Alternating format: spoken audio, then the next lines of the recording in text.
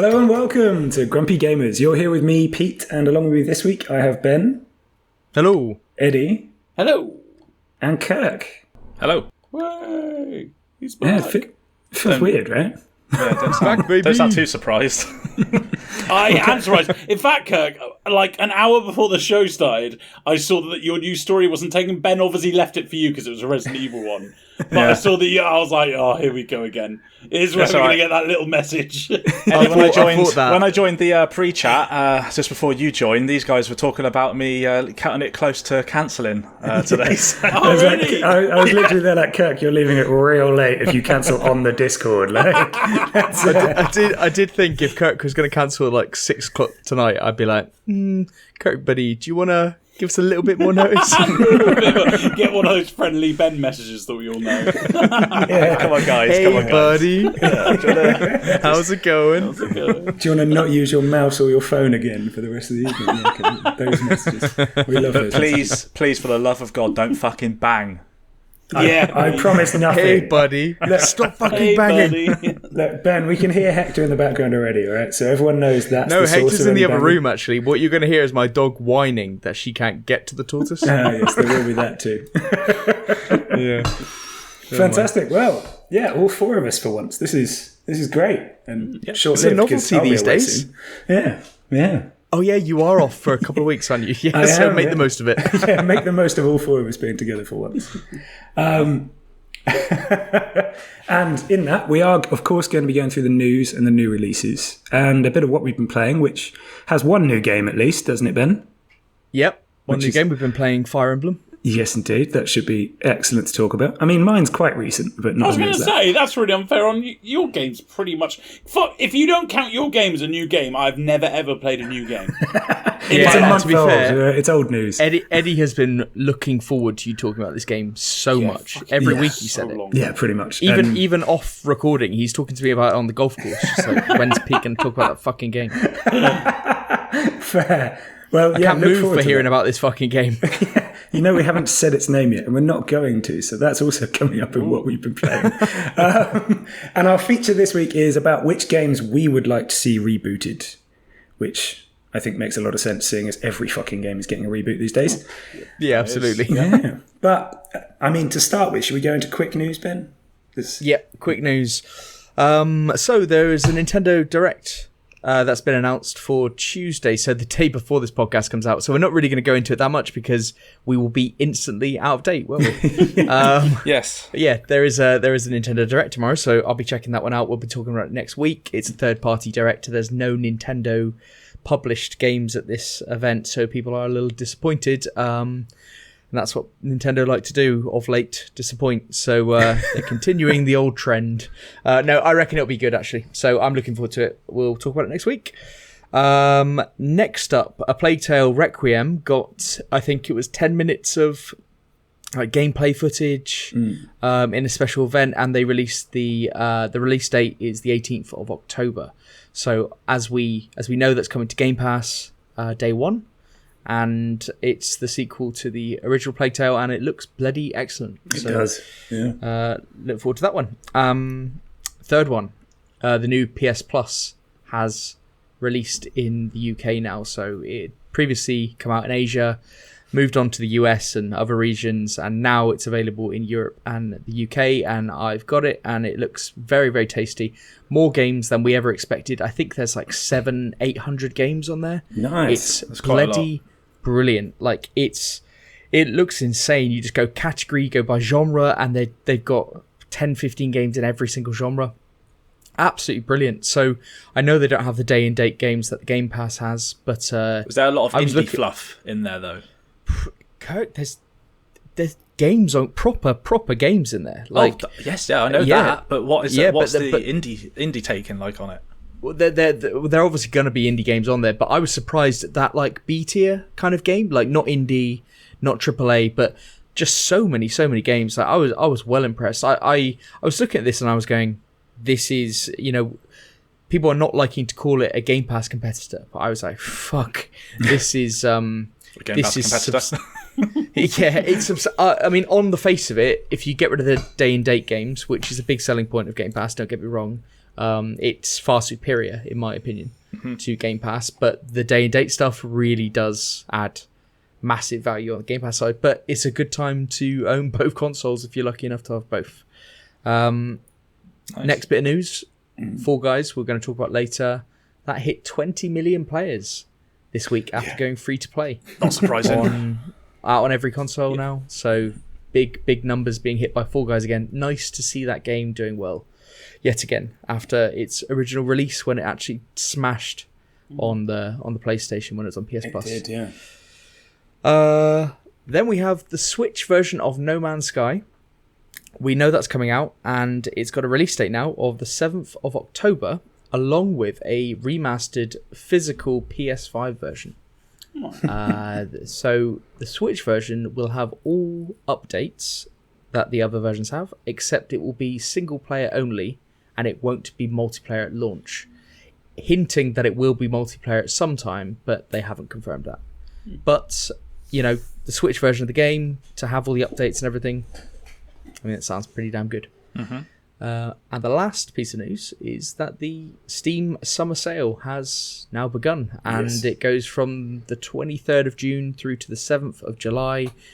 Loads and hundreds of bargains, aren't there, on there? Yeah, absolutely tons. I've already picked up a few games on it, including Hoa. Do you remember that one? HOA.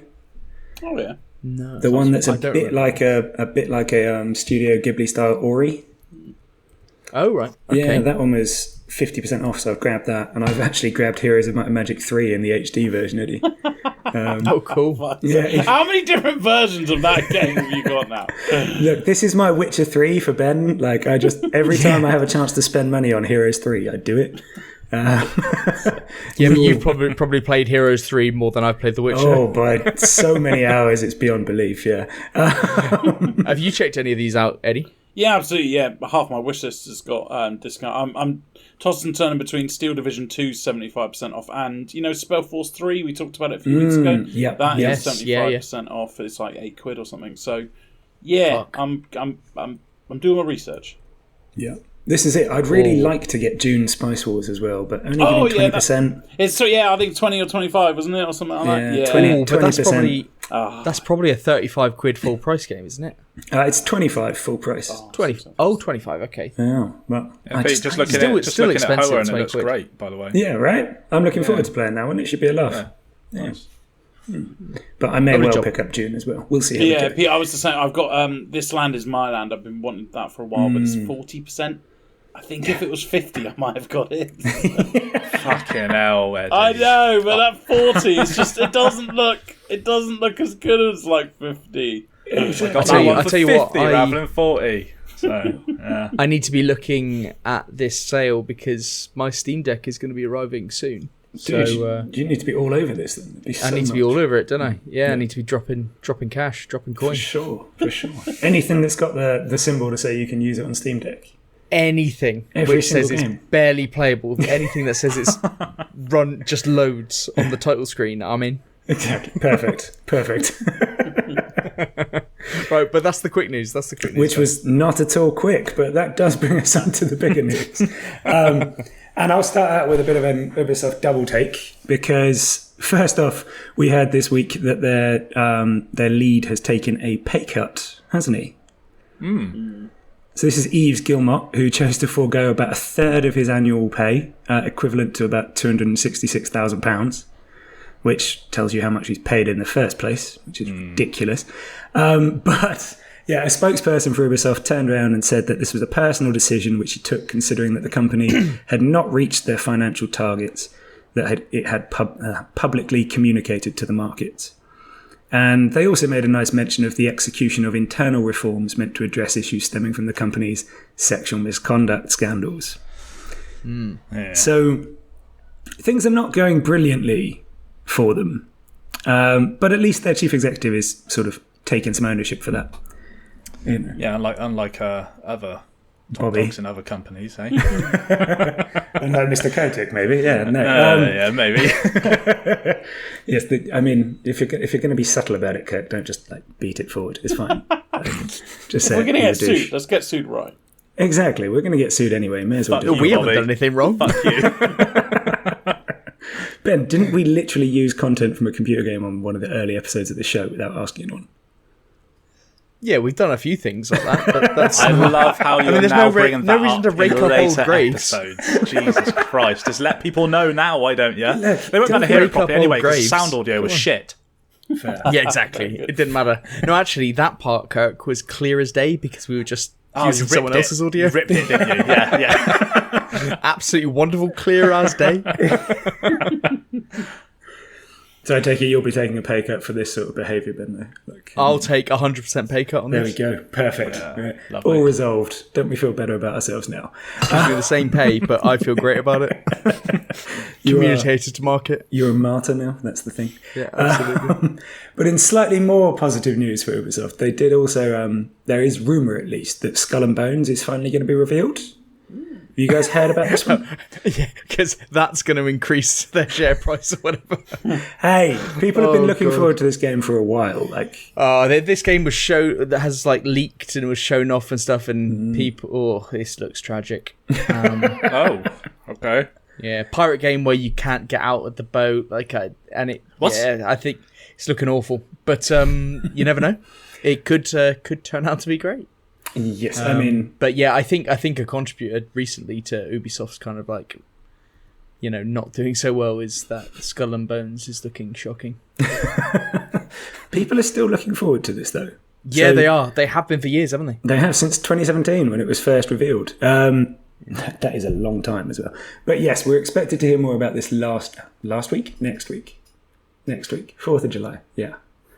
Next week. That is close. Yeah, that is Are you close. okay? Are you okay, Pete? That was good. I've made a actually few mistakes struggling, already. yeah. Honestly, I think it's just how hot this room is when I have to close the door and the window just so Yeah, that my I'm sound thinking doesn't that in get my room slightly here. bugged out. Yeah. It's so warm in the room because you can't have the window open. Yeah, I'm dying. I'm dying in here. Anyway, it's fine. I'm almost done with my bit of the news. All our listeners around the world are thinking, aren't they in England right now? Yes, That we are. really cold, shitty country.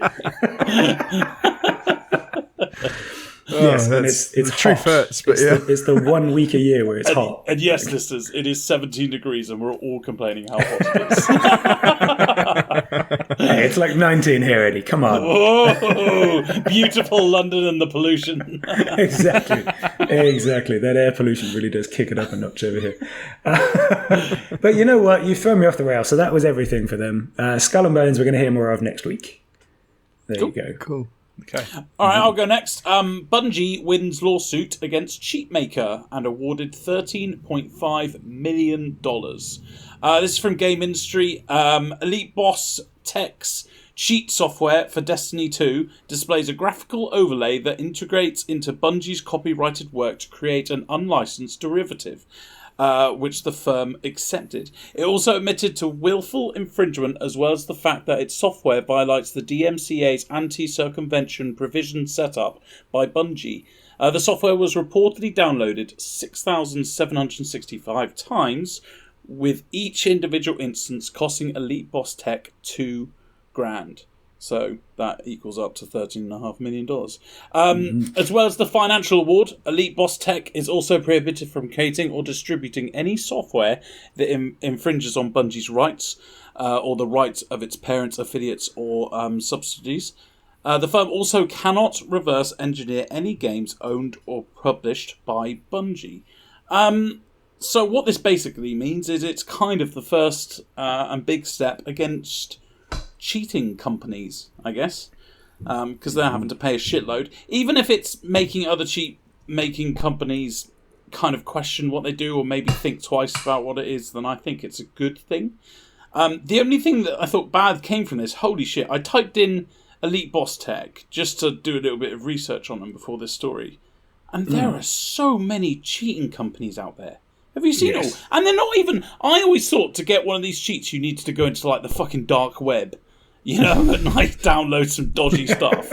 But no, God, there's websites all over the place saying, we can do this, we can do that. Yeah, it's crazy. But hey, what do you think? I think this is great. On Warzone, Eddie, you can the reason there's so many cheaters is that you can just rent it for a month. You can just rent the software for like a month. Jesus. And it's like $5 or something. Yeah.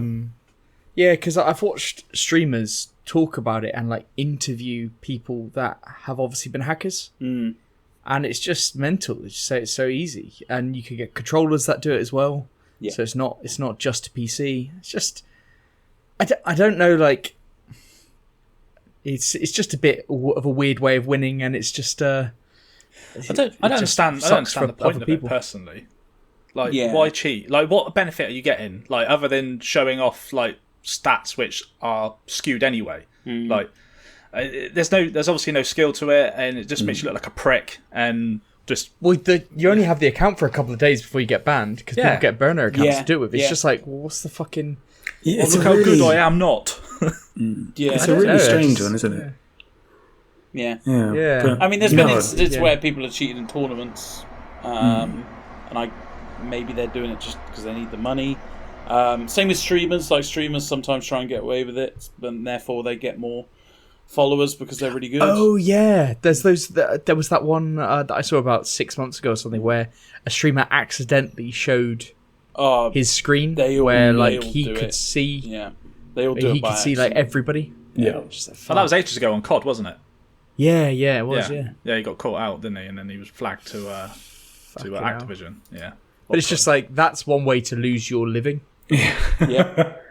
Just like, fucked it. But I think that's how he gained his living in the first place. So, it comes if you go on like gamer realize. ranks and type in on YouTube and type in like cheaters, they've got some amazing videos of like top 10s of like professional gamers getting caught cheating and streamers getting caught cheating. And honestly, they're I shouldn't laugh, but they're quite hilarious. Like one of the guys, he's in this huge tournament and he's pushing people away so he can delete the software off the computer quickly. It's all good fun, but. Yeah. Amazing. Okay. Well, this is this is a great sign that this can happen, though. That a lawsuit can be brought up against. I mean, these companies and firms will now be like, oh God, okay. Yes. Well, they're in the firing line, aren't they? Exactly. Yeah, well. I think it will make these companies think twice before they even start, and I think it will make them. It will take them a lot longer to maybe go through their things and make sure they're not breaching any laws, and therefore that would probably. Yeah, it would probably cripple half of them because they couldn't be asked to do the work. So I think this is good. Yeah, definitely. You've got to assume they're not worth more than the amount they've just been sued for as well. So oh God, yeah. It's gonna cause severe ripples for anyone else who doesn't want that hanging over their neck. Yeah. Absolutely. Speaking of things that are crippling, shall I take us on? Oh, very good. No, hang on. If you went on, then that would be good. But he hasn't mentioned why it'd be crippling. Now he's just mentioned. No, but it's very good because I know the story. But okay. All right. So very good. It's a two-part segue, right?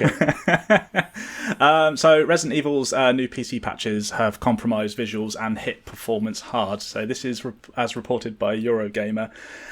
Last week we got the new upgrades from Capcom for Resident Evil 2 and 3 remakes alongside Resident Evil 7. Assuming you guys have heard about all of this. Yep. Yeah? Absolutely. So these provided visual improvements, including most notably ray tracing and 120Hz support. But for PC players, at least, it seems that you might as well not bother because the improvements are basically not worth it. What seems to be the problem is the ray tracing mode, which replaces the screen space reflections, basically brings your resolution right down, and it makes it look worse than if you just didn't have the ray tracing mode on before. And what makes that even doubly worse is no matter what hardware you've got, there's no scalability to this at all. So it's not been optimized in the slightest. And I think the one of the funniest things is, so the remake was using on PC DirectX 11's API before, and the new one is using the 12 version, and it's actually worse using where they tried to optimize it for that. It's actually worse if you turn the ray tracing off because the frame rates are about 25 to 30% less. So they've basically fucking bodged this big time. And the general consensus is don't bother upgrading. Now, what Capcom have done is that they have allowed the old versions to be installed back on, I think it was on Steam. Okay. But the new versions are still available as a default option to install. So if you're new to the series or you're new to go and buy it, you're probably going to download the one that's shit first, and you might get a bit bit of upset by that. But yeah, this is pretty bad. It doesn't appear to be console related. Consoles are generally running quite well, but I did actually hop into the RE2 remake using the new upgrades. First off, I can't really tell any difference, and I'm someone that likes visual improvements, and I've watched all those Digital Foundry videos and stuff, but genuinely I couldn't see it unless I was watching it side by side. I couldn't tell you what was new. But what I did actually find on mine, I put this on Twitter, but it didn't seem to be too much of an issue other than my one, is that it shut down my console twice, and it's the first time I've heard the fan spin up on my Xbox. So, Kurt, when you said it's going smoothly on console, like I've heard from several places that it's hard crashing all the time. Is it? If you're playing in hardcore mode, it hard crashes, and obving because you're limited saves and you can't do stuff, then fuck that. Then it's just people have lost like hours of progress and stuff. Like, when you said it's running smooth on console, that's I think not it's generally, what I've heard. Generally, because I there's not been too much of an uproar from from the circles that I'm in, but in comparison to PC, it's really PC is completely fucked in comparison. Well, the YouTuber Dreamcast guy did a whole video about how the upgrade has ruined everything on console. Wow. Jeez.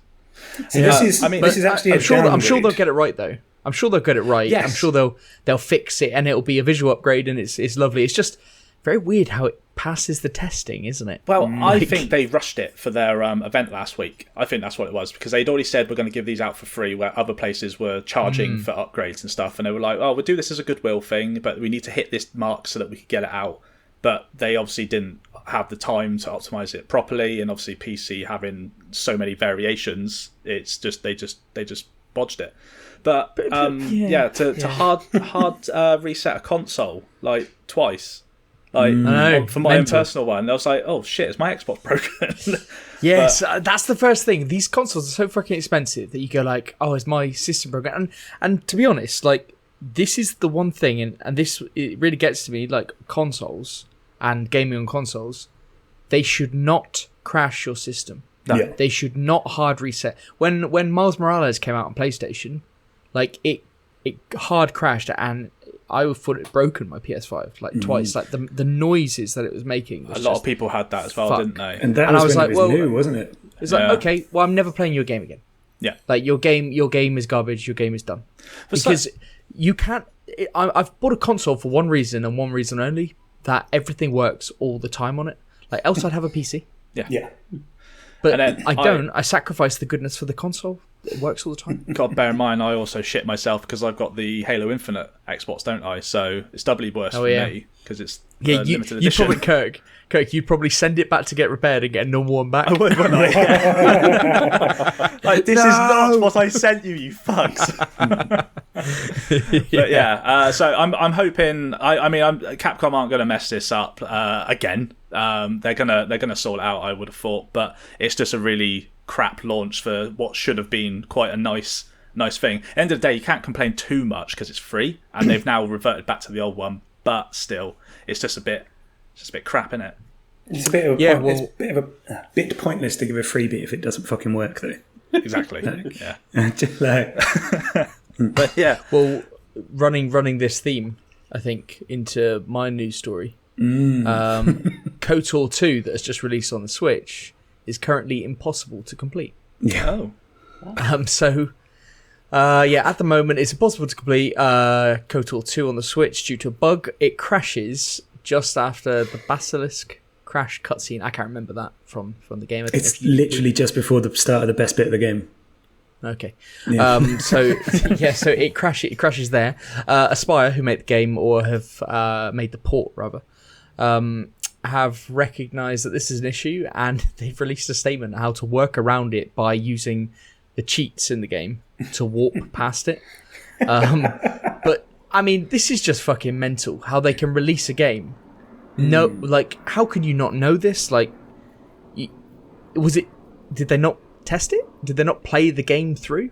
Yeah, it's a really odd one, isn't it? Like, Seems mental. Their statement is also a little bit off because I think it says we're aware of an issue that's preventing some Star Wars Knights of the Old Republic 2 the Sith Lords players from advancing in the game. Our data suggests that this is only affecting a small number of users, but please rest assured that we're working on a patch to fix it. Now, from what I've heard and what I've read in the reporting outlets, it's not a small number of users. It's impossible to complete. yeah, this is what I'd heard as well. So I'm very skeptical as to that statement. I'm also incredibly skeptical over the reviews that I watched on this game. So actually, most of these reviewers have just relied on previously playing the game, just playing it for a little bit, and didn't play it through all the way. And that is acceptable on a port like this, don't get me wrong. But it's just interesting that nobody's finished it.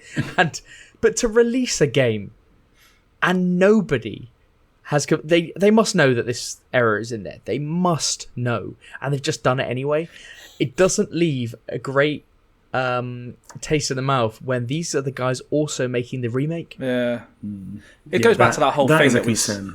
It goes back to that whole thing that we've said before, isn't it? It's like, who is testing these games? How is this getting past like the quality assurance tests and all that Absolutely. kind of stuff? Like, there must be someone in that company that is able to complete it from start to finish because they fucking made it, or they're just not bothering. Like, so Yeah, it's mental. Like, I can only imagine but it wasn't as if everyone was going, oh, damn it, when's Knights of the Old Republic 2 coming out on Switch? God damn it, it needs to be any day now. Like, I mean, you could wait a couple of weeks, I'm sure. Like, we've waited many, many moons for this game. Yeah. So, it's fucking mental. Yeah, as I said, Aspire, what are you doing? What are you doing? Well, hopefully they're spending all their time making the remake. That's why they didn't have time to Hopefully. play all the way through. Exactly. This was, I mean, there was not that much good news in this one. I suppose the Bungie one was good news, but that's about it. We had more good news than the quick news, didn't we? We did. That was much more pleasant, yes. The long, quick news, yeah. A few release dates and PS Plus, etc. Yeah, nice. Come on, Eddie, tell us there's lots in the new releases. Ooh. Let's put it this way. There are more DLCs and expansions than there are games this week. excellent. Let me start with a belter. Cuphead, the delicious last course DLC. Yeah, you Cuphead fans. And there are a lot of you, to be fair. There are. I there's don't a know shit why ton. you are fans, but, you know, Ben will defend you. Coming out on PC, Xbox, and Switch, June 30th. Another helping of classic Cuphead action awaits you in Cuphead, the delicious last course. You know it's a slow week when I have to read the blurb of DLCs, don't you? Fucking hell. Brothers Cuphead and Magnum are joined by the clever adventurous... Mugman. Oh, Mugman, sorry. I thought Magman. No, fine. Miss Chalice for a rollicking adventure on a previous undiscovered Inkwell Isle. It's got new weapons, magical charms, Miss Chalice's unique abilities, and there's a new quest as well. Is it on Game Pass? I think this is on Game Pass, isn't it, Kirk? Do you... I don't think so. I don't think so. No, because Cuphead's done really well as a paid game, and I'm pretty sure that this will not be coming. Okay, I think the game. I've never dived into it because I haven't been bothered to pay for it. To be fair, it's only like £15, but it's extremely hard from what I've gathered. Yeah. And I don't know how far I'd get in it, but I think the visual style of it is fucking amazing. And Oh my god! Like, I It's just fucking weird hate Disney. It. I think it looks It's just awful. weird Disney. No. It's fucking awful. It looks like Disney's taken some drugs. Yeah, well, that's More what they used to do, drugs. didn't they? It's old That's what they school used to Disney. do. And that's, Looks like Disney has just gone back to the old way of doing things. Yes. Yeah. I think the only person here that would actually enjoy this game, I think, would be Pete. I don't want And to play it. I'm not saying that you do want to play it, but I think it's really difficult as well from what I've heard. So, and because of that, I just can't be asked. I can see why you'd think I'd like the style of game they've been. But just this one has never really appealed. That's fair enough. Yeah. But it's got a huge following. It's done incredibly well. So I'm sure a lot of our listeners will be up. One for of the that biggest events at Summer Games Fest. Yeah, This announcement. it was one of the people were really looking forward to it, weren't they? So Not I. skeptical. The Galactic Junkers coming out on PC, PlayStations, Xboxes, June 30th. Become the space captain you always wanted to be. There are just a few problems. Your ship needs work, there's a price on your head, and your crew are idiots.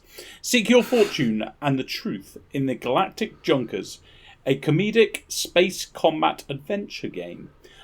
So you can explore, gain resources through discovery, you can battle and board enemy ships, hire and maintain your crew, which looks pretty cool. You can buy, upgrade and repair your ships. This, on paper, looks like my perfect kind of game, but I'm really, really off-put because the artwork to me is just terrible. To our listeners, it's like everyone's got a bobblehead and it's quite... They look like meat characters, don't they? It's like 3D. What's that game that fucking everyone plays, where you're a killer? Among Us. Yes, it's like a 3D Among Us kind of style, isn't it? Oh, yeah, I really don't like the way the maps look. Yeah, That's the key thing. The ships. I do not like that. Yeah, either. but the premise of the game, right? Like, if somebody gave you this game and you played it, I'm sure you'd like it. Like, I'm with you, Eddie, that on paper this sounds like a really good game. Yep. I honestly think if they just, and I don't know why they've gone down this route, if they just change the characters to stop looking like fucking idiot little cartoon things. Because as a grown adult, I will not enjoy playing this because I'll go, I'm playing a kid's game. And I'm sure if they just change the characters to look like normal, semi-normal people, even like RimWorld people, then adults will be encouraged to play it as well as children. But I guess if their target audience is solely children, then I guess they've done the right thing.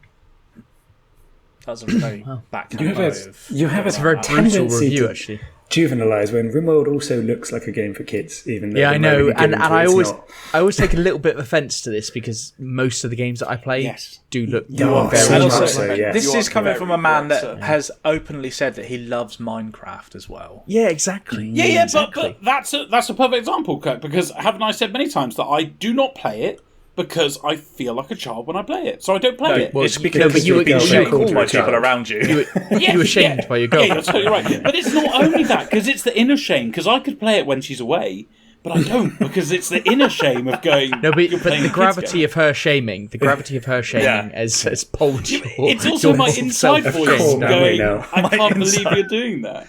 Why are you playing that? Only because of what she said before. Yeah.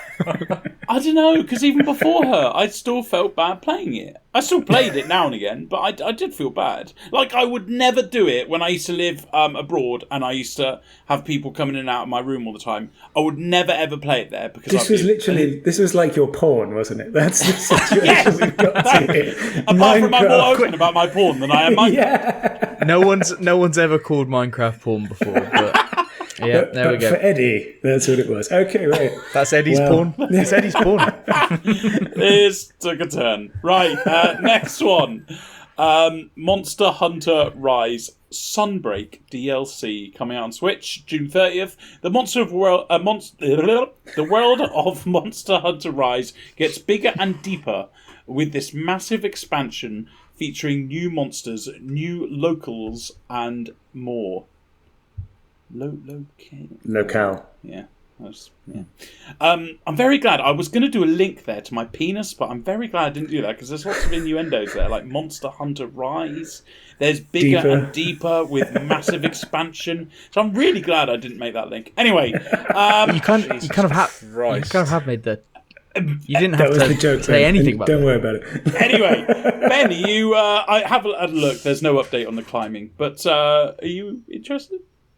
Yes, I am interested. I'm interested in going back to Monster Hunter. Like this, I have had like kind of the urge to go back, but I think I'd have to restart totally because, like I put in not a tremendous amount of time for Monster Hunter. People, I think I put in about 40 hours. But people play Monster Hunter forever. Yeah, 40 hours is a long time, isn't it? Yeah, I know, but I feel like I'd need to start again. Even that's 80 Kirk games. Yes, it's true. It's a lot of Kirk games. That's very hurtful. Sorry, guys. That's That's me one playing Dead Space presentation of 80 Forza. times over. God, imagine your review then. Just the same part 80 times. Yeah. It's still not scary, guys. What is going on? I reckon it was too scary. That's why. Yeah, that's it. But so Monster Hunter. I think this.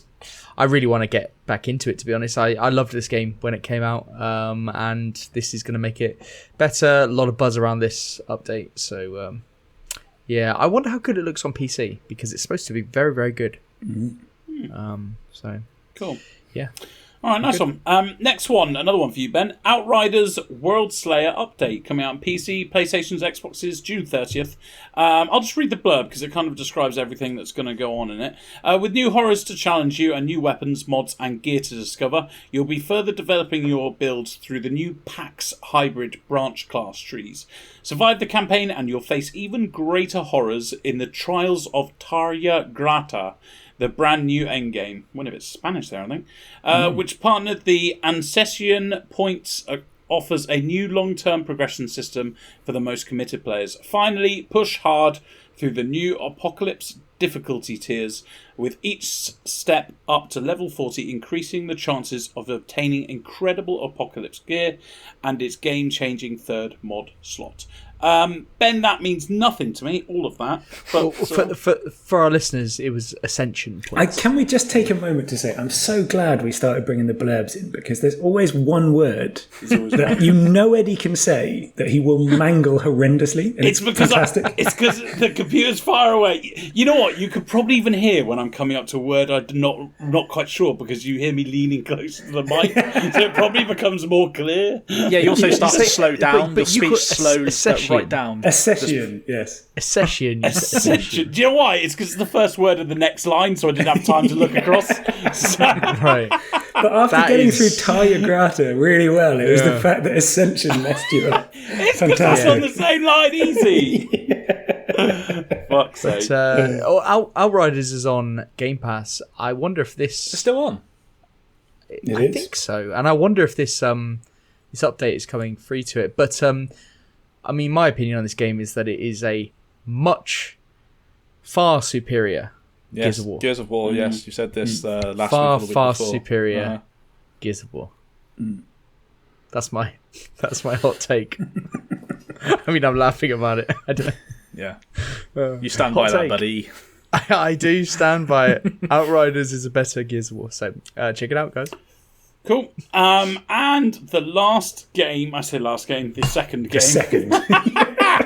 Is actually, I'm very glad Kirk's here for this one, because originally I was going to put Kirk, but I didn't think he was going to show up, so I've actually put something. F1, I was going to say, Formula 1 then.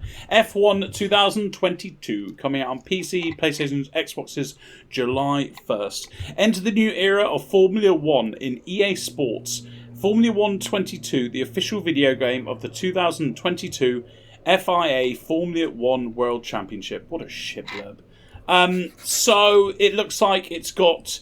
These are the bits that I've kind of highlighted. You can do My Team mode, which choose your starting budget as you create your Formula 1 team from the ground up with expanded department events and deeper livery customization. Shut up. Career mode. Test your driving talents in the world of Formula 1 and work your way through the grid in the acclaimed 10-year and 2-player career mode. And there's Formula 2, the ultimate training ground for Formula 1 is also included with short, medium or full season options plus 21-22 season content. There's also split screen racing for 2 players, which for some reason in this day and age is quite rare. Yeah, Kirk, what do you think? You're a racing guy. I'm not a F1 guy though. Never have been. Just doesn't appeal to me. But too fast for you? Yeah, too fast for me, Pete. Yeah, okay. Too much skill involved. And is it the fact that it's a track? Is that? No, because I like the motorsport series and like Gran Turismo and that kind of thing. But no, it looks great. It looks really nice. Yeah, it does. They all look good though, don't they? They always look good. Yeah. These are the one racing games that I am always interested in, and I have far too many of them on my shelf, actually. F1 games. If you've got every single year one, haven't you? I haven't got the last two, I don't think. And it's always because the career mode has never lived up, but I'm pretty sure their career modes are pretty good now. It sounds like they've actually made an effort on it. The fact that they were like boasting about it is a great sign. Like, the FIFA games, the career modes can be shite because it doesn't even. It says about you can move better with defenders, but it won't mention career mode. But this, it seems to be its like main selling point. I think it's a big part of it, and that's always the interesting thing about these F1 games, because if they get the career mode right, they realise that a lot of people just want to play the career mode. Yeah, I don't want to be rude, but like I like. Despite me taking the mick out of Kirk all the time, I do like the occasional racing game, but it has to have out-of-race mechanics that I enjoy, because else I just feel like I'm just driving a car round and round and round. Yeah, no, I'm with you. I think this is actually quite a big release. I think there are quite a few people looking out for this. And I think there's a buzz on it on Twitter. I know, Mr. Llama Fluff, our friend of the show, he's pre-ordered it, I think. He loves it, doesn't he? He loves these kind of pre-ordered things. it. I think there's a bit of buzz about this game. Fair play. Well, I have led you astray as well, because there's one other game releasing this week. But the reason is I couldn't find any flipping information except that it's a 2D platformer, essentially. It's called Parasite Pack, and it's coming to all consoles. Take my money. That's right, okay. My pick of the week is going to be between the two, Galactic Junkers. Only because the mechanics look okay. I know I ripped it to shreds. You ripped it. Hell. I know I ripped it to You hate racing games that much that you can't even give a win to one. We were so positive about F1. Yeah. Because it's But just he will never play it. It's one of those that, like, I think F1 looks like a really good, like, put together game, but I'll never play it because I know the mechanics and I don't find them interesting at all. While the complete opposite, the Galactic Junkers, looks like a pile of shit because the fucking developer's gone like, I'm gonna be a dickhead. But the mechanics are good. Well, did they? Yes, That's exactly what they did in the boardroom. They had a board meeting, Shall we make this for adults? No, I'm a dickhead. I'm going to make it look like some stupid people will want to play this. Can just imagine it. They're plotting out on the whiteboard, and there's thousands of scrolls, and then there's just dickheads circled repeatedly. There's just a Venn diagram of like dickheads and space. Good. That's how we've gone with it. Oh, fantastic! My God, that was so short compared to last week's. That's yeah. If you average out last week's to this week, fantastic. Yeah, true. That does balance out the two of them. But last week's was like half the show. My God. Oh yeah, it was last week's just too long. Heavy. Yeah. That was, and I hold Eddie entirely responsible For not culling ones. Yeah, But it was 2 weeks worth. That's why it was so long. Yeah, true. But cull more. Yeah. Cull more when we've got 2 I weeks would worth. love to cull more. that's your fault, Eddie. Yeah, we blame you for that. That's good. Anyway. Don't complain when I now cull all of your shitty little Nintendo games from now on, Ben. This is. Well, I see this as a massive win. They're not bad games. Don't worry about it. Terrible games. And we're on to what we've been playing. So because Eddie's waited so patiently for it, I will go first and talk about Keplerth. Yeah, which I've owned pretty much since it was released a month ago on the 23rd of May, and finally got into it.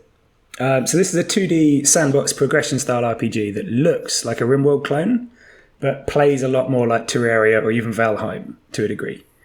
And yeah, I picked it up, played maybe half an hour and put it down, and then I picked it up on Saturday and blinked and 6 hours had gone past. And I did probably something like 2 or 3 hours on Sunday as well. So the moment you're into it, you just lose track of time. It's very addictive. It's got some very strong mechanics. I mean, the crafting is fantastic, obviously, in these games. That's one of the key things, crafting and building.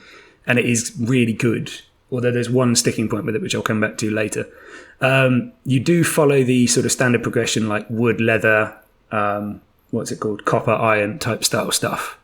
But it works really well, and there's enough options in it to keep you interested.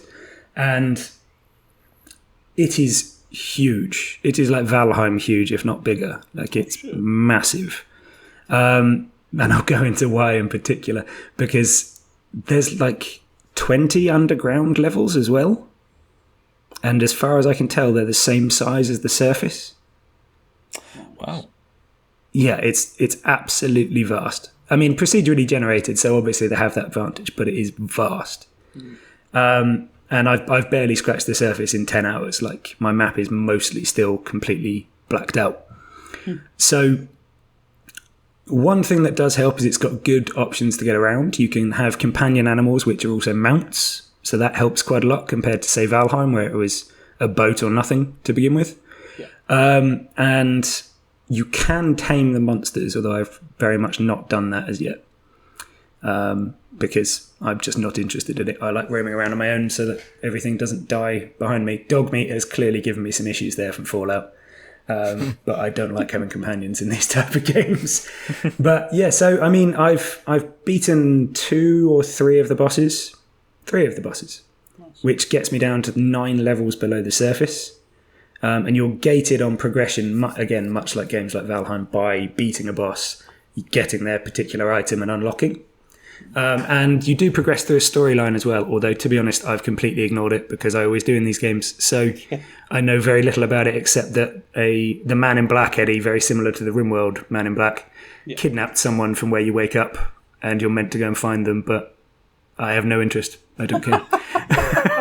I'll find her eventually, you know. Didn't you find that in... I know this is really bad. In Fallout 4, like, your kid gets kidnapped. I didn't give a fuck. I think because they didn't build it up enough, but I did not... Yeah. Not one part of my brain went, oh, you better look for your kid. Yeah, well, that was it as well. It was like you had this family unit in Fallout 4 established for like 20 seconds, and then your wife's dead and your child's gone, assuming you played the bloke. So it's like, well, I basically didn't have a family, so just crack on. I'm single Holy again. Shit, does it work in reverse if you're the woman? I never thought of that. Yeah, it's whichever, it's the opposite Ben, way did you around. play the woman in Fallout 4? No, I played the man. Oh, that's not like you. No, Yeah, I know. say. I know. You go against everything I believe in. God, Yeah, I'm going to very go back odd. and play that now. Anyway, but carry on. Sorry. Yes, so Keplerth, yes. So yeah, I believe there are 6 bosses, so I'm probably halfway through the actual progression, but I'm stopping now to get into the base building, and this is really good fun. It's like single-handedly building a RimWorld base, Eddie, with only yourself to do it. Nice. Which is really enjoyable. It's also got a lot of the farming stuff that would fit for people like Ben and Stardew Valley fans, you know, that group would enjoy it as well. And the key for me so far really has been, well, it's just more like, it's more of Valheim, but it looks like RimWorld, and it's got better music than both. Wow, nice. Yeah, so that's been really hooking me in. And again, it does just delete your time. Like the moment you pick this up, and I think it's like £7 at the moment on the Steam sale. Wow. Time is just gone. So I can definitely recommend it. The only reservation I have is that so much of it is underground. Like Valheim, Ben, was great because you roamed different biomes on the surface, didn't you? And they were very different, which was really good. This one, the surface is all much of a muchness from what I've seen. There's some interesting stuff, but you don't get anything new from finding a desert except that you can make some sand into glass and that sort of stuff. But in a RimWorld type style, how do the environments look? I actually I mean, it's pretty obvious which bits are meadows and which bits are deserts and stuff, if that's what you're asking. But no, it works pretty well. It's just, you do spend an awful lot of time underground. Like, an awful lot of time underground. I've got a question with your base building and whatnot. Is there obvious reason to do it? And let me kind of put some background to this question. I like games where obviously you build a base. We all know that, but I get really, really bored if there's no point and it's only kind of you're doing it for reasons. You know, like you're farming and stuff. Is there a reason for it? Is it so that you can blend things and get potions or what? Or is it just... so there's a few bits. So there's ingredients for food, which and food has multiple effects, much like it does in Terraria and Valheim. So it's not just feeding you. Yes. But it's also your best way of making money. And the other thing that made me do it is you can rescue survivors, and they will then come and live at your base. Oh, fucking hell. And that they sounds are cool. Also an incredible form of income. So I've essentially set up a day spa as my base. I've got like these 2 hot springs in the middle of it, which just boost people's happiness through the roof. And when they hit a certain level of happiness, they pay you. So it's a really good way of earning money, and it's also a really good way of getting mats, like materials for everything. So it does. Why do you earn money? Is there things you can trade for and stuff? Well, my experience with the first, this will give you an idea. The first 2 bosses I beat pretty easily, just using the stuff you find. Right. The third one, I still haven't died in this game because I put it slightly easier than I should have done, I think, on setup. Right. But the third boss, I literally had to run away from, while protecting my border collie, which was when I decided I didn't want companions with me anymore. I had to flee from this gigantic alien queen creature with 30 odd ads with a border collie, like, come on, you bastard, come with me, get out of here, as it got shot by everything aiming for me. So, you then realise you need to gear the hell up for those bosses, and the easiest way to do that is to find human villages, which obviously you can trade with, and buy better gear there. And then upgrade it and then go after it. So that's worked really well. And you do find there's a lab you can teleport to from the very beginning of the game, which is the guy there gives you the same exit as Rimworld Eddie. He's making a ship to get off the planet. Wow. So if you help him out, you can get out. Already completely ripped from Rimworld. Honestly, I think this game is kind of a homage to Terraria and Rimworld. Yeah. I don't think they're hiding from it. I think they're saying we wanted to do our own thing in a very similar style. Exactly. So that you can escape the planet on my ship if you help me build it was just like, okay, right, yeah. But he also sells random selections of rare gear. So it's always worth having cash to go back and visit him. Yeah. I think he's called Ship, but I'm not sure if he's actually called Ship for everyone. Well, that would make sense. Ship. With a SCH. Yeah. For fuck's sake. I know, it's ridiculous. But yeah, the only real thing with me is I think once you put this game down, you probably forget about it for 6 months. Right. You know what I mean? Yeah. It probably is one that a playthrough consumes you and then you just stop. But that's no bad thing. Okay, how about this? Like Rimworld, I do exactly that, but then I go back. Do you think this game has that kind of, I want to play it again? Yes, massively. Especially because your starting area can change hugely. The other thing to keep in mind, Eddie, is you get raids on your base. Oh my fucking God, from that sounds fantastic. Whichever enemy you're up to the level of. So when you're on the surface, it's like mutant creature things. Right. And then when you go lower down, I think goblins is the first one. And then I've got to these insectoid alien type creatures, which are really annoying. And they give you a warning when they're coming towards you. And then they set up a base near yours if you leave them long enough. Oh, cool. And then they'll start ambushing the people who live at your base, ambushing you around your base if you don't get rid of that base. Holy shit. That's been quite a lot of fun. Although admittedly, when I had geared up for the next level down but not got rid of it, the goblins just got really annoying because you were just annihilating them. But they kept coming back, and it'd just be like, "Will you just stop? You're just getting yourselves killed here." So Eddie, are you finally going to play this game this week? I'm not, but don't get me wrong. Peter's completely sold it. Like there are so many things that I didn't even know about that have been my dream thing. But it's because I've got some good games lined up. So, but don't get me wrong. As soon as I have a lull again, my God, this is going to be. I should add one more thing, by the way. Beyond your gear and the building, you also have a thing called gene editing, which basically allows you to alter your character's bonuses and boosts and everything else, and you research them at different points through the game. So you can essentially have a completely different build each time around. So this one, I've gone for something called Ion Skin, and it basically gives me like an extra set of armor. But you can completely gear in different ways to go for like bonus damages or health regeneration or all sorts of different styles to it. Right. Yeah. And you can also, there's like 2 grids in the gene editing. One of them is your physical attributes and one of them is knowledge. And that one, I think I've only got like 2 things from knowledge, which probably means I'm not playing the game the right way. But I've got all the violent options, none of the knowledge. And that allows you to edit all the stuff you know and sort of like how quickly you can build or learn things, that sort of stuff. So yeah, that is a really interesting mechanic to add in. And I've really enjoyed that. And you can clone yourself as well, I believe. But I haven't done this yet. So this is £8 of the Steam sales? I think so, yeah. I think so. Lovely. Yeah, it sounds like fantastic. it could be my game of the year. I would hugely recommend this for you, Eddie, and it could easily be in the conversation for me. Yeah. Cool. If it holds me a bit longer, it could easily be in the conversation. Good stuff. Yeah. Very cool. I'll go on next then, because I have a game even greater called Fallout 76. Oh, You've come gone on, back. man. You've gone back. I've gone Why? back. I'm sure you said you were never going to go back. Never gonna go back. Do you know what it is? Actually, it was because I rewatched the trailer to Starfield. That we saw on the Xbox show thing. And you know what? Like, I fucking loved that trailer. Like, everything that I wanted is in that game by the looks of it. So I kind of played this because I went, I want to go back. I'm not going to play Fallout 4 again. And Skyrim's a bit old. And I was like, you know what? Just play 76, because you deserve to give them the credit. I played this when it first came out, but I only played it for, like, barely anything. Like, I reckon 5 hours before I got infuriated and never touched it again. So I thought, yeah.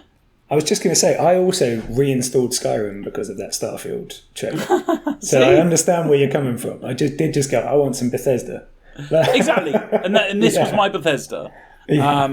But that was a regrettable decision. So what I've put here is everything I love about Bethesda games have been shat on. Which is quite good because it auto-corrected it to shart on. So I guess that's the same thing. Shart's a real thing. Yes, yeah, there you go. This game is, I would say, the biggest travesty to gaming ever.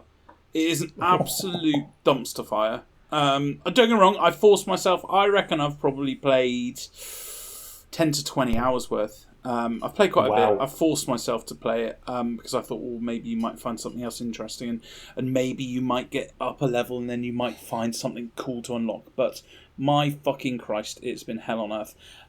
Let's get the biggest thing about Bethesda game, the story and the missions you get to go on. All of them are so uninteresting. Like, there's no point to them. There's no thing that kind of reels you in. The voice acting's terrible. Don't get me wrong, I last played this when there were no NPCs in it. But now there's NPCs in it, and they are just so badly done. Like, no one you want to talk to. That sucks. Yeah. There's no point to it. Absolutely no point. Immersion. Immersion is everything to me in a game. And this has zero immersion juice. It is fucking Sahara Desert. Dry to the bone. It's honestly, the floor is cracking. It's terrible. There's so many things that are wrong with it. So let's put it this way. I came out the vault and I was like, oh, sweet. I've come out in this vault and it's bright and, oh, this looks nice. Oh, I see people down there. Oh, maybe they're NPCs, maybe. And then someone comes up to me, sprints up to me and starts dancing in my face, waving, like putting his arse in my face with a different emotion. And then it was like, he's asked you to join party. And I was like, what the fuck is this? These Fallout games, like Fallout, all of them have been great at storytelling. They're gritty, they're dark, some bits are even scary. It's all about like making you feel like you're in the wasteland and you could die at any second. And I've got this fucking twat with an old-timey scuba diver helmet, those big fucking things, dancing in front of me. And it's just fucking tragic. They've got the base building in it, which obviously I love from 4, but you can just move your base. You can move it. You can move your whole entire base. You can build a mansion with crafting tables, and then you can walk to the other side of the map. And, how about this for immersion? The one thing in the Fallout games, how many times have you built up your backpack and you've gone, I can't carry anymore. I need to make a decision. Do I leave this legendary weapon behind? Do I just chuck loads of junk on the floor? So therefore I might not be able to build up that thing at base. Oh, no. No. You just open up the menu, press X, and there you go. Your brand new base is right next to you with your bed, with everything. So why not just pick out your meds from your base and heal up? All of it is absolutely pointless. Every time I filled up with junk, base, move, put all that in there. Oh, I need healing, base, meds, done. Oh, I tell you what, I could craft a weapon now because I haven't got any ammo left on the other one. Base, craft. It's absolute joke. There's no point to it. The combat, There's no difficulty setting. Yeah. There is no difficulty setting in this game. Yeah. There is no difficulty setting in this game. It is so fucking easy that there's no point. I ran into this like fairground and I was getting shot by the ghoul people actually can use guns in this game, which I never knew. I didn't even get that far last time before getting too angry.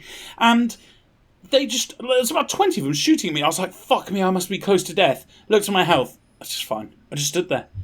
Reloaded my weapon, just shot each one individually. Because there's no fucking point. After about, I remember, I've been playing it for a long time, and I still cannot get any mods on my weapons. But it's okay, because some little twat came up to me and dropped me loads of legendary weapons. So I sold them on the market, and I had unlimited amount of money, basically. A lot of these problems in this game that I thought to myself, you're hating this, but maybe if you just get a private server so all these twats can leave you alone and stop giving you stuff or dancing or helping you out with missions or killing baddies that I really wanted to kill myself. But you have to pay for a private server. Do you know that? Yes. Oh, wow. Oh, Jesus. You don't have it free. Okay. You have to pay for it. Mm-hmm. Yeah. When did this game come out? 2018. Okay. How about this then, Kirk? It came out in 2018. There's glitches galore in it. It's a Bethesda game. Of course it is. There are glitches all over the place. The amount of times my house has just disappeared is fucking unreal. It's fuzzy. It looks shit. I just get random noises now and again.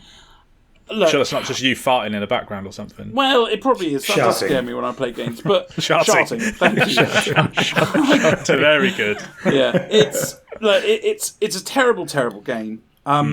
But what upsets me more than the fact that it's just absolute dog shit is the fact that Bethesda massively went against its core values in Fallout games. They went away from... You know what I think? I think it was around the time where these online games were picking up massively, and Bethesda went, I reckon all the money's in, the dancing around and then the motions, or maybe you can buy some funny sunglasses and give us real money for it. And they've just gone down that route. And it's fucking despicable.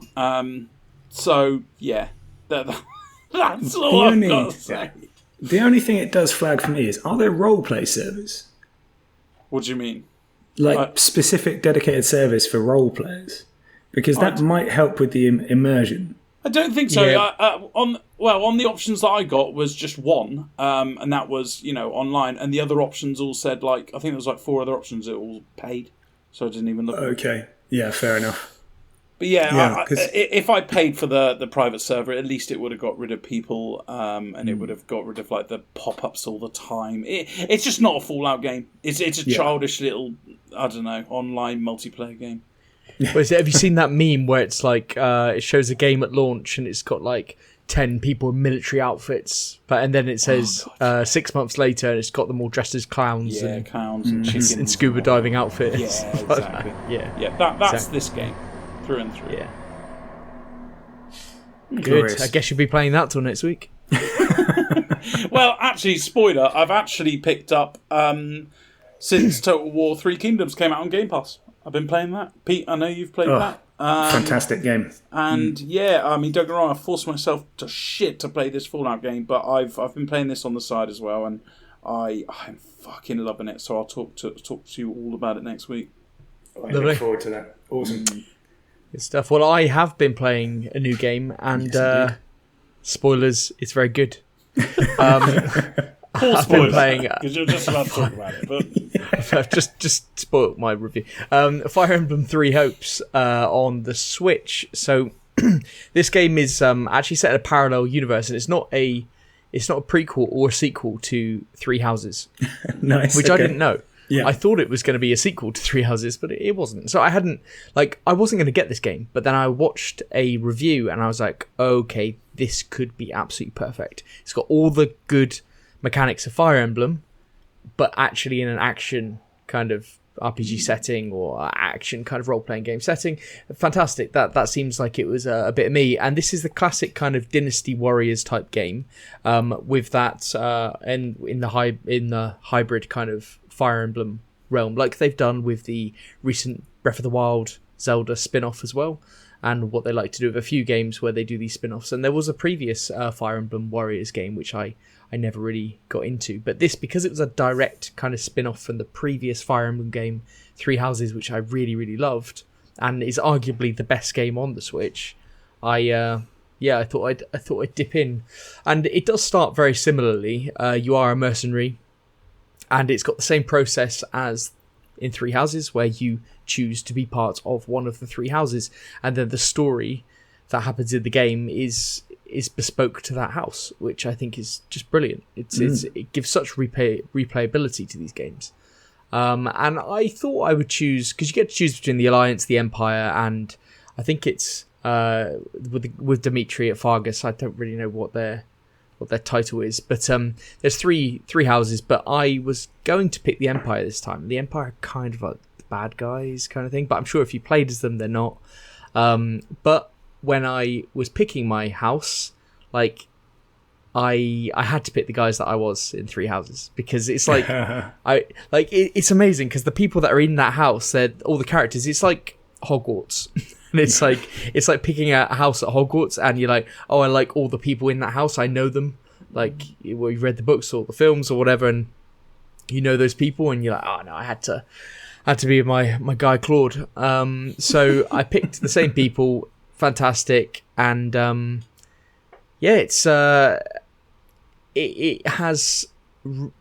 I'd like to say it's really surprised me, but I said to you, Pete, before I started this, I was like, I'm buzzing to play this game because I know it's going to be good. Yeah, well, you were both convincing yourself and buzzing.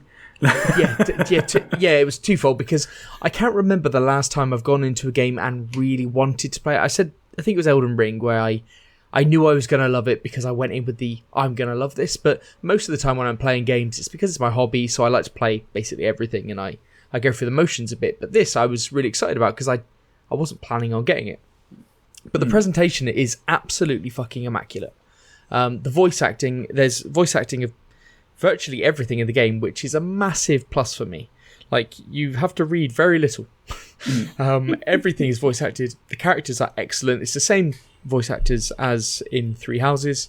And there are loads of cutscenes and an excellent use of the world map to present the war, to let you know what's going on. Like there's a narrator who gives a summary of how the war's progressing at each different point. Absolutely brilliant. Not overworked at all so far. Like, this is just the level I like, between kind of the mindless fighting through to the kind of leveling in between, and then the story stuff. So the combat is very Dynasty Warriors. It's a bit mindless, but really quite fun so far. I'm sure that will start to drag as you get towards like a 40-hour mark or something, but at the moment it's entertaining in terms of learning it. And every time you get a level up or you get something going on, it's that little dopamine hit of something else going on. Your character's leveled up, that character's leveled up. You can change between characters as well. You can fight a bit with another character to make sure that they're using their special abilities to level them up and stuff like that. Switch back. Very quite intricate. But the game itself, mechanically, systems on systems on systems, and it is like with Three Houses, where it seems a little bit overwhelming at first, how much is going on. You've got combat systems, you've got strategic systems, you've got the leveling up of your characters, you've got the character class systems. It's just, there is a hell of a lot going on. The bonds between characters, it's just quite in depth, and I think it's actually it seems to me more than I remember in Three Houses. But I think if you've played Three Houses, you've definitely got an advantage because you know what's going on with some of those systems. For instance, passing exams to change character class and things like that. Like, if you've played the other game, you'll know that's in this game. And I also think that probably applies to if you've played a Dynasty Warriors game before, you probably know what to expect as well. So, but just so many systems. Same things as in Three Houses with all the bonds and exams, like I said, and everything like that. But yeah, it just seems more in depth. And permadeath starts after chapter 4, which is nice because it gives you time to get used to the game. One of the things that I realized immediately when I started this game was that one of the people I got killed off in when I played Three Houses is obviously back in your team because it's a parallel universe. Of course, yeah. Whatever, and it's just like, oh, there she is. She died very early on. But yeah, the permadeath starts in chapter 4 of 17, so it gives you a nice period of time to get good, and also they've got this nice little mechanic that you can level up other people in your team up to the point that your main character is at, or your best character, by just paying gold. So it doesn't mean that you're in this situation where you're like, I haven't paid attention to these characters over here and they're really underleveled. You can kind of like push them up. So that is also a very kind of welcome mechanic. But I think I'm playing this quite slowly because I am mid chapter 2 and I've spent 6 hours in this game. Oh, wow. So I think it might pick up the pace a little bit. But yeah, my game time is 6 hours. And I don't feel like I've taken it slow. Like in terms of completing the missions, I've done them all in S or A rank timing. It's just that I think I'm just taking my time with it. But yeah, it's in between the actual fights, it is quite a leisurely game. It's got that leisurely Fire Emblem feel to it, where you're going around your camp and like upgrading stuff and speaking to people. It's really, really good. And this is a very welcome game, considering the absolute clusterfuck that Mario Strikers was last week. Jesus, you won't give that up. Which I have played the ranked online mode now, and it's absolutely fucking wank. And the game's dead. Dead game. So this is, yeah, I'm so pleased with this so far. I think it's really, really good. It's exactly what I needed, because I've been in a bit of this limbo state with games of late, and I've needed a time sink game, one that I reckon is going to take me between 20-40 hours, something like that. This could be it. So I'll probably be talking about it next week, because I can't wait to play. It's been so long since I can't wait to get back to the game. After this pod, I'm just going to be playing that game. Fantastic. Yeah, fun. Yeah, good option. Yeah. Very good option. Nice. There's something else that you've been playing as well, isn't there, Ben? That was bad. Well, yeah, but I was leaving that for you. I Okay. Sure. I thought you were going to kind of... I mean, you just fucking went dead silent. I wasn't gonna segue you. I mean, we left it. There were literal seconds there between me stopping and you starting. But then, like, not only was there several seconds, you then shuffle past it back to me. Yeah, I know. It's like he's doing something else in the background. Yeah, It's like he's framing or something. He's making a frame. I am. Yeah. No, I've been playing some Fall Guys, as of you, haven't you, Ben? And I mean, I'd always liked the look of this when it first came out. I just thought it would be a bit of mindless fun, which it is, but I'm quite competitive with it. And the gameplay loop for this is incredibly addictive, in the sense of, Eddie, you know when we're like, oh, just one more game of Rocket League.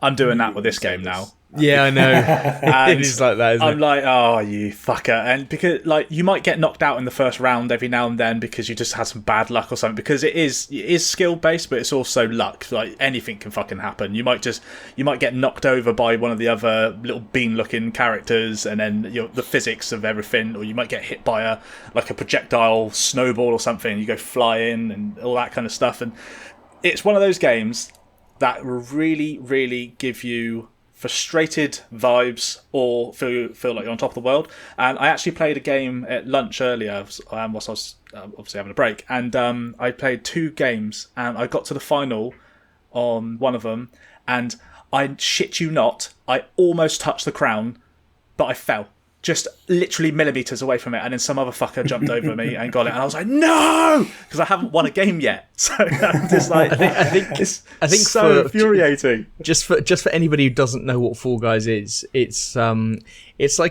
battle royale, but it's not like a shooter or anything. It's like a battle royale for mini games, isn't it? Like, yeah, it's like Takeshi's Castle. That kind of Takeshi's Castle. It's like one of those, isn't it? Yeah. It's like Takeshi's Castle, yeah, where you control something which is. I mean, the controls are much better than I thought, but they look like they'd be quite awkward. They're really weighty, aren't they, the characters? Yeah, you can basically just jump, you can grab or you can dive. They're your three kind of things you can do with your little mini character. And you're against 60 other people, and in each round, people get knocked out. So usually the first round will be like this assault course race, and then it might have another one or something. Then there's like more intricate kind of different mini games, and then the final one will either be a race to this thing called a crown, which Kirk talked about, which is basically just the thing that you win if you win a whole game of Fall Guys. Yeah. Or if you're the last man standing at the end, Yeah. then or last person standing, whatever. Then whatever they are. The mechanics on this game are incredibly intricate at times, and precision timing is key on a lot of it. Like, in the early stages, you can probably just fly by. And Eddie, you'd have you touched this yet? I haven't, but I think it's for a good reason, because I've got enough of these games. Like right now at lunchtime, I go golf for about 10 minutes, then Rocket League, then PUBG, and then my main game that I'm playing. So I can't have a fucking fourth game in there. How long is your fucking lunch? That's most of his I know you're afternoon, you're the slowest eater in the world. Literally, it's for our listeners. It's fucking horrible to eat. It's insane. It's insane. It's insane. You must take 2 hours on your lunch. I eat in game. Right. Game. Okay. But I mean, you could that. start having lunch with Eddie and still be going on at dinner. Like that's you would have to order your dinner while he's still finishing lunch. That's true. Well, I'm if it makes you feel better, Kurt, I've won a game. I also came second, and I haven't played that many games. I think it's I find it quite easy, but I know everything can go You've wrong. been in But shit like the lobbies, races, mate. You've been in shit you lobbies. know the races. Like I don't know how like you finish a race, and you got to wait like 5 minutes for other people to finish. Yeah, some people are really terrible at those, aren't they? Like the seesaw level as well. That's another one where you usually wait in a long time. One thing I did, for listeners, I sent this to you guys and I put it on Twitter as well. But fucking some of the things, if you try to be a dodgy cock ass, like where you can grab the other characters and try and push them off of the edge. A what now? Sorry. What's a What? cock ass? A dodgy cock ass. Dodgy cock ass. Cocky ass, I meant, but Right. no. Cocky. Yeah, I forgot the e No. in the end of cock. So. Stick to your guns, Kurt. Yeah, I was trying to be a Cock-ass. dodgy cock ass, right? And I basically grabbed one of the other characters, and he was right next to at the edge of a platform, and it was like I'd only played a few games by this point, so but the way the physics work is when your character lets go of it, like you kind of get a rebound off of that character, but it can go either way. You can either go in a direction that you were pushing them, or you might get pushed back. But I ended up going a bit sideways, and then I fell down the hole that I tried to push the character down. So I lost. Yeah. I was in the penultimate round on that one as well. So Those last ones are devastating. quite a bit. Those last rounds are a bit potluck, aren't they? Yeah, like, they are. The first ones, you think, I'm going to get through these easy, but then the latter ones can be things can go wrong fast. How They long, can. if you're to win, how long would a game take? 15 minutes. 15 minutes. No more Oh than that. wow, that's shorter than I thought. Okay. It's really like I'm playing it at the moment before I go to bed just to rewind, like a little, like to wind down. I was going to say, rewind. What are you going back in the day? just to rewind. That's what Ben does during the day of his job. just to increase my stress levels. No, like after I've played Fire Emblem or whatever, I'll just play half an hour of that before going to bed, especially if you get knocked out in like the second or third round. You're Yeah, right, I'm done. I've got to get through to a last round. Come on. Yeah, no, honestly, this is Epic bought them, didn't they? Which is what they did with Rocket League as well, and obviously they've now made it free to play on all platforms. And with like Rocket League, it's the greatest thing that they could have done because it brings in a whole new audience. Absolutely. And they sell off their microtransactions. This is a game that I will not spend any money on. It's just one of those things that I just want to play because everything is purely cosmetic, like it is in Rocket League, but that's a bit cooler. It's it's just a fun game to play. I didn't think I'd enjoy it as much as I do, but it's just really competitive for me. Yeah, I don't know I think the longevity must be in the continued seasons because they have had quite a few seasons.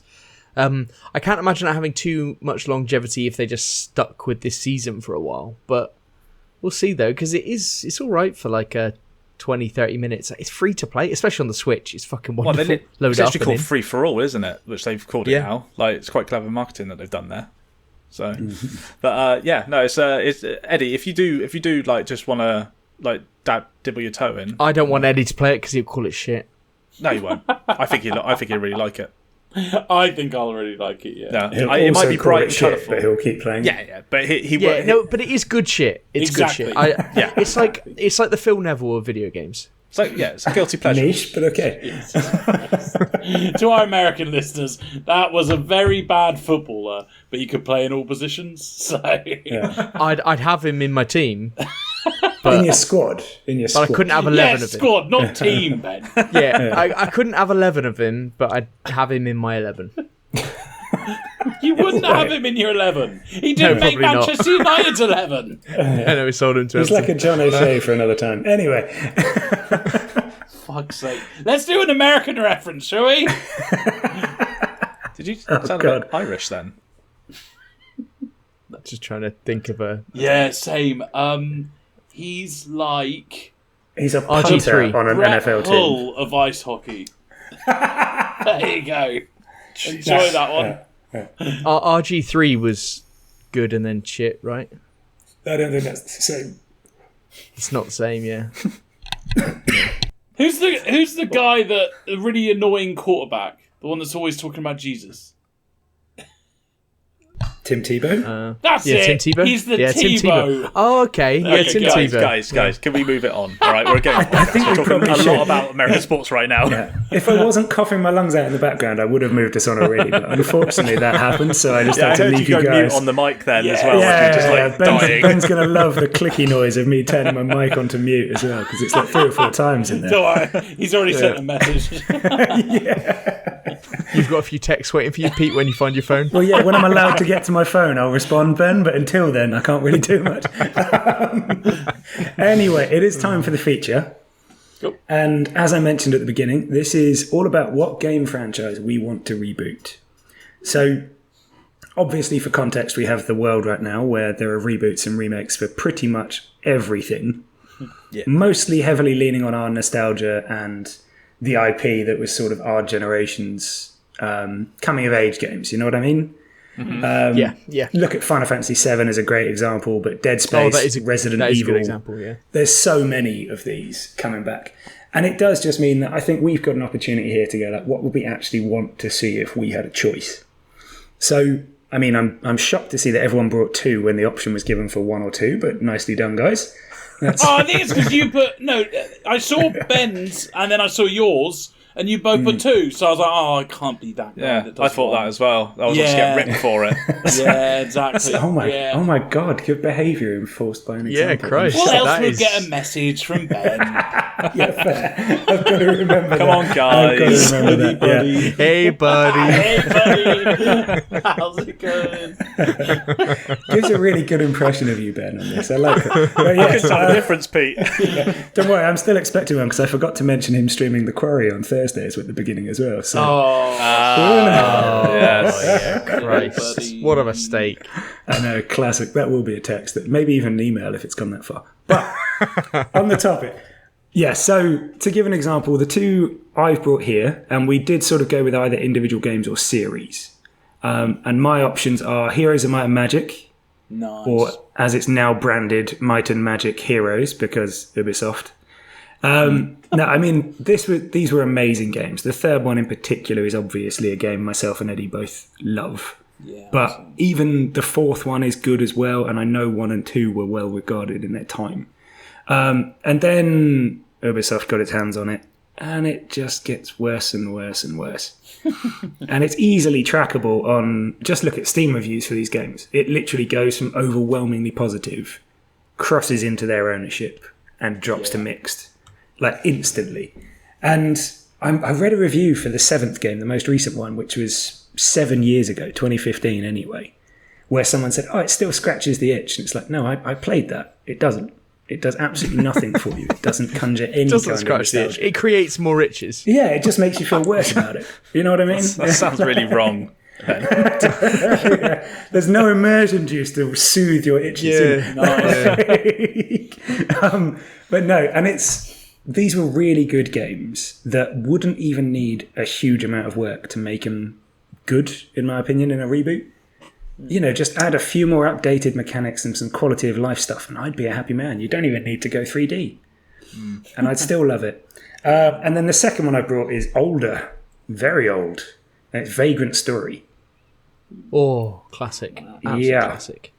Yeah, and I mean, for those who weren't aware, it was around the same time as Final Fantasy 7, Final Fantasy 8, wasn't it? And it's just... Yes, almost a precursor to... It's Final Fantasy Tactics, made by the same people who made Final Fantasy Tactics, right? Yeah, it was, yeah. Yeah, year 2000, anyway. Let's just say that. Yeah. This is a 22-year-old game, but insanely deep and challenging combat. A customization system that honestly goes beyond almost anything we see these days. It was mad. And it was so bloody hard, this game, that if you didn't learn both of those things incredibly well, you couldn't get through random mobs, let alone the bosses. Half the time the mobs were harder than the bosses, but still. And it offered up no assistance, really. None at in working out a lot of its mechanics. God, when you got it right, the chain combat system was so good. And if you got it right, it was so rewarding and so much The chain fun. combat system is so memorable from that game as well. And also, like, this being, like I said to you before, like the fact, like, the targeting of parts of enemies and stuff like that. Like, it's very... before Fallout 3 kind of was doing that with its little system and stuff like that. It's like, okay, this game was so ahead of its time in just the general mechanics it was using. Yeah. If a bit clunky. Hugely clunky. But, my God, it wouldn't have to be now. But that's the key. Problem with this as a reboot. The problem with this as a reboot is that it's so niche, and now we're 22 years on. It sold almost 1 million copies, Ben. It's not that niche. 1 million copies 22 years ago is quite impressive. Yeah. It's on Sony's greatest hits at the time. Like, what was that? I think it's actually more impressive than I thought. As I said, I had this game, but I had it on a chipped PlayStation. I never actually had the original version of this game because I didn't know it existed. But when I got it chipped, obviously, then get every game in the world. Of course, as a child, you're just then fucking copying everything. And this game just... Yeah, absolutely. Well, you're a child. You can't break the law when you're a child, can you? What? No, absolutely not. So, yeah, I had this game. This game just... Yeah, this game really took me. I was like, wow, this is amazing. Absolutely insane. Yeah. So good. So those are my two options. Those are my two options. All right, I'll go next. next. There's a bit of a lull. Yeah. I've got two nice simple ones. My first one is Worms.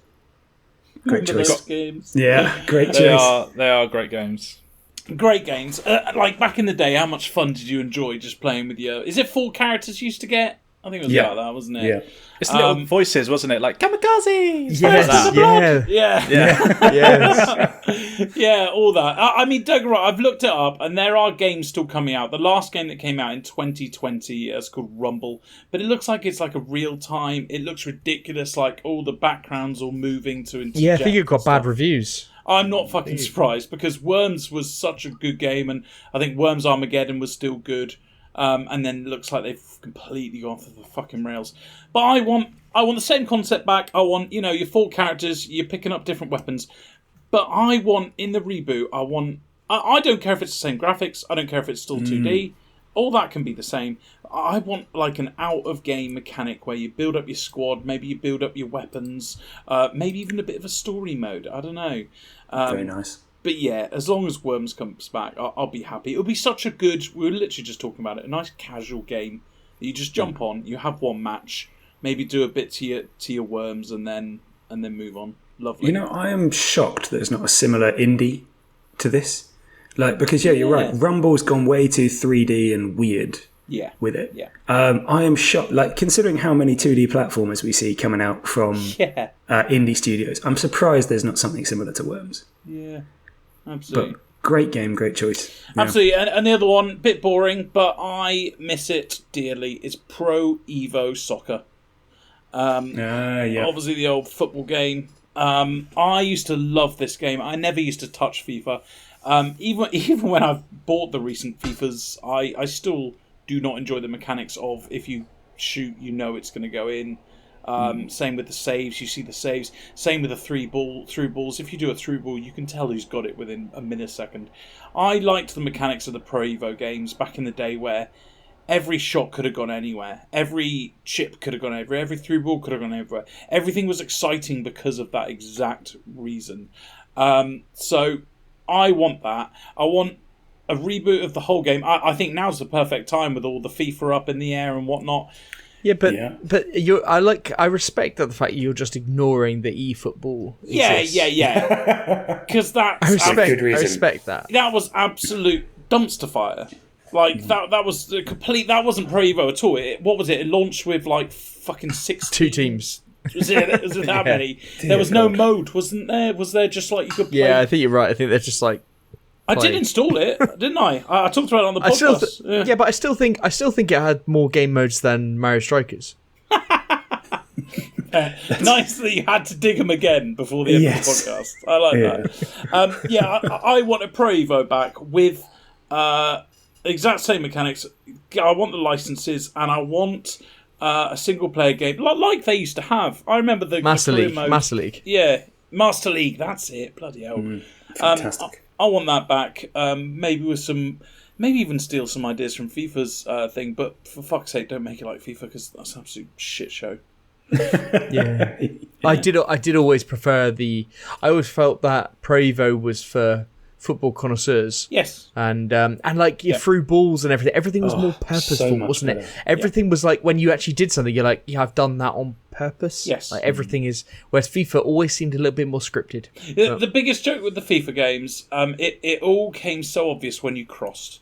If you cross in a FIFA game, you can tell straight away that you're going to win a header or if you're going to lose a header. There's no like Pro Evo. It's literally like you quickly move your character in a certain direction. Like, it's all predetermined in FIFA, while Pro Evo did not feel that way. So, yeah. There's sometimes in Pro Evo, if you thought you were going to get the header, you kind of moved the stick up too high and you actually fucking miss it. You know, it was a great game. I used to love that stuff. Yeah. Fuck, if we saw the hours I put into Pro Evo, I think it would knock the shit out of RimWorld. Or that dual wielding Pro Evo and Football Manager. Yes, that's it. Absolutely, Ben. Yeah, I used to do that. Well, that segues onto my two. It does. The first one we'll talk about. I think Football Manager needs a reboot. And the reason I say that, and this will never happen because it sells like hotcakes or whatever, is because there is no. I think Football Manager doesn't have personality anymore. And for veterans of playing the game like myself, I'm now at the stage where I'm not inclined to to play any more of the game. Like, it's every year is the same. I know how to play the game. Everything. There's no personality to winning anything. Nothing means anything. Nothing happens even on screen. They don't even need to do much just to make it feel a bit more meaningful. It's like you're playing a shooting game, but there doesn't feel like any impact on your gun. That's how I feel with Football Manager at the moment. And I know, Eddie, you play a shit ton of it. Yeah. I don't know how you kind of feel about that kind of sentiment on it, but for me, it's just a little bit flat at the moment. So what do you want? What do you want in it then, Ben? What I want is like a bit more fanfare around things, like, you know, like the Champions League final, or even the World Cup. Nothing really happens. Yeah. Like, there might be a little background change. There's nothing happens. That the biggest thing that they ever did was put confetti on the pitch when you win.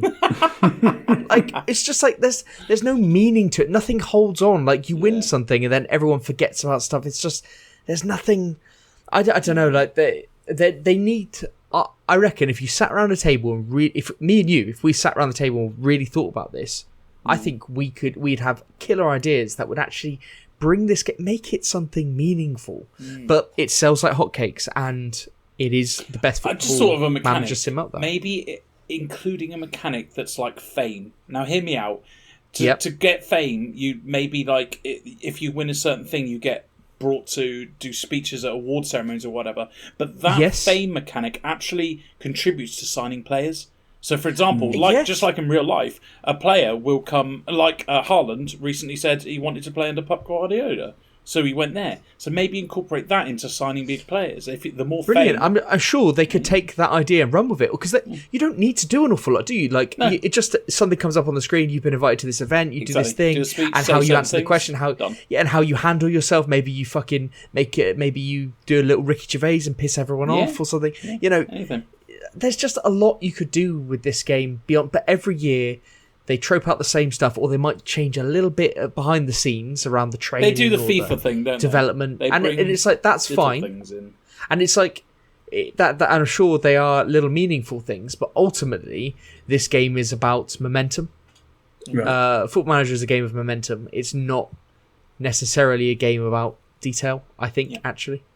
So yeah, I think it needs a bit of a reboot. But in terms of remakes or bringing stuff into the new age, I think Donkey Kong needs to get a 3D game, and I know there is a much rumoured 3D Donkey Kong game for the Switch that I hope gets announced sometime. But Donkey Kong Tropical Freeze, the 2D game, was the best 2D platformer I have ever played, and that's also on Switch as well. And Donkey Kong as an IP deserves to have a good 3D game, and I'm not sure it ever has had a good 3D game.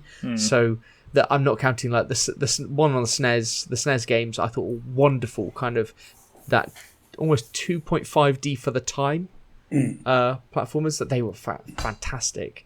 But yeah, I think Donkey Kong needs a proper 3D game, and It's not really a reboot. That's just a creation. no, it's a reboot of the franchise. No, it's because they haven't had any 64. out for a long time, have they? that's Yeah, fair. Donkey Kong 64 was the last one, I think. Yeah.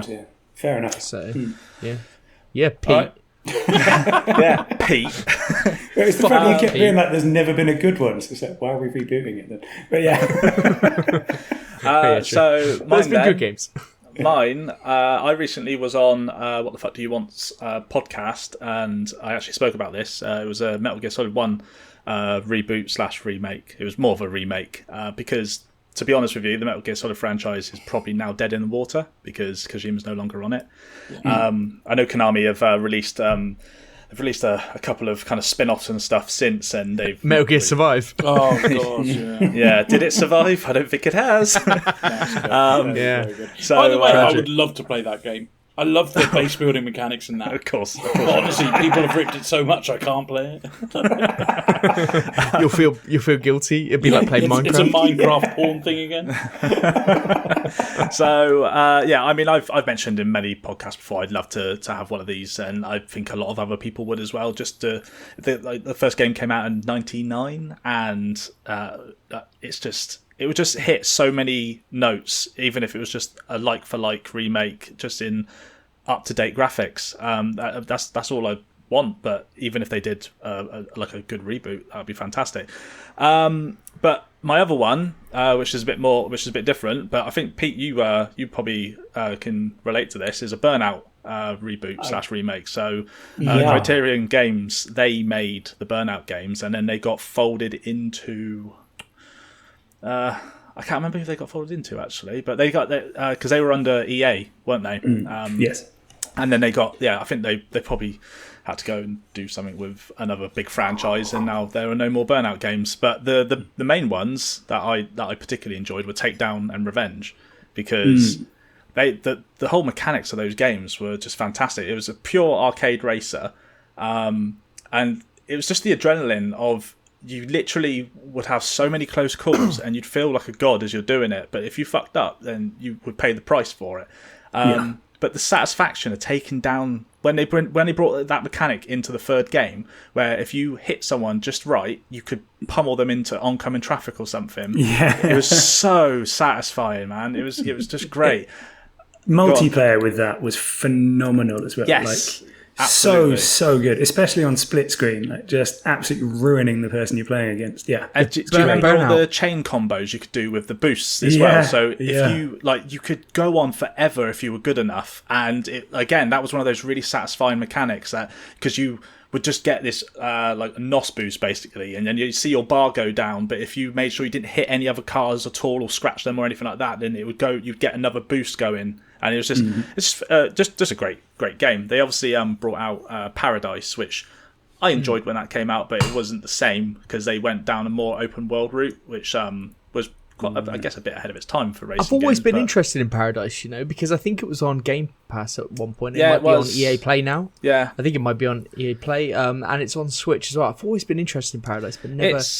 It's okay. It's not what they deterred too much from what Burnout was, and there's a reason that was the last game because I don't. It was revered as quite a good game, but not as good as what the previous entries were, and not enough to take the series forward. Yeah. I think you bang on with this. I think Burnout would absolutely kill it if they did a new one. It's a proper arcade racer. We don't have proper arcade racers anymore. There is nothing like it. Yeah. So what about Ridge Racer? Bring back Ridge Racer. Oh, Yeah, Ridge Racer. I played the shit out of that. Oh, Rage Racer. That's the one I played a shit ton of. Rage Racer? Yeah, do you remember Rage Racer? That's just that's just Eddie's driving style in real life. Honestly, Rage Racer is fantastic. Look it up. Okay. The fact Probably that doesn't gone exist. quiet, I think he might be. Right, beyond that, though, we have 8 choices here, not however many more we're trying to add here. As a podcast, guys, let's make a choice of one. One of these. We can't decide on anything. I think Metal Gear Solid would be the one that would satisfy the most people, most gamers. But I think Vagrant Story would be the one that would be one of a generation. I think if it came back. See, oddly enough, I'm torn with Burnout. Yeah, I think a reboot of Burnout would be a fantastic thing. Yes, so do I. And I think Heroes of Might and Magic. So yeah. Right, we've got 3 for Burnout. That'll do. There's plenty of twos. So no, but the biggest thing there is that the Grumpy Gamers have chosen a Vroomy game. Yeah, it's not a typical Vroomy game though. No, you can't spin it that way, mate. It's not the same. Hey, mate, it's a Vroomy. We want to see it rebooted. We cannot say we're not balanced towards Vroomy crappy games. When we When really did you want to throw see that in? Burnout. Pete, you love Burnout. You can't say that. It's not a Vroomy game. It's a violence game with some driving in between. Exactly. Love that. It's a fighter. Okay, got you. But if people disputed this choice, Ben, how would they let us know? You could email us at podcast@grumpygamers.co.uk. You could tweet us at grumpygamerspod. We are also on YouTube, Grumpy Gamers Podcast, and Twitch, Grumpy Gamers Podcast, where we will be streaming the next part of The Quarry, and it's going to be a part with a lot of potential deaths. So that's on Thursday, 7 p.m. BST. I might not be able to watch that, because I was enjoying what was going on, but I want to play it myself.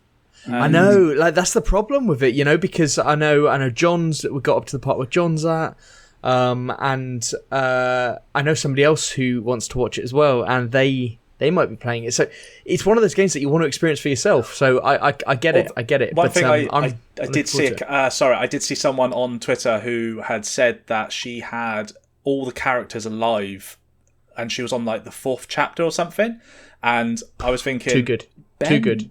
Ben was playing and he killed someone in the first 10 minutes. Yeah, I was going to say when Ben said there's a chance a lot of people will die, I was like, that's always going to happen when you play this game. Yeah. Well, my goal has never been to keep people alive. It's just to tell my own story, Pete. Nice. Very nice.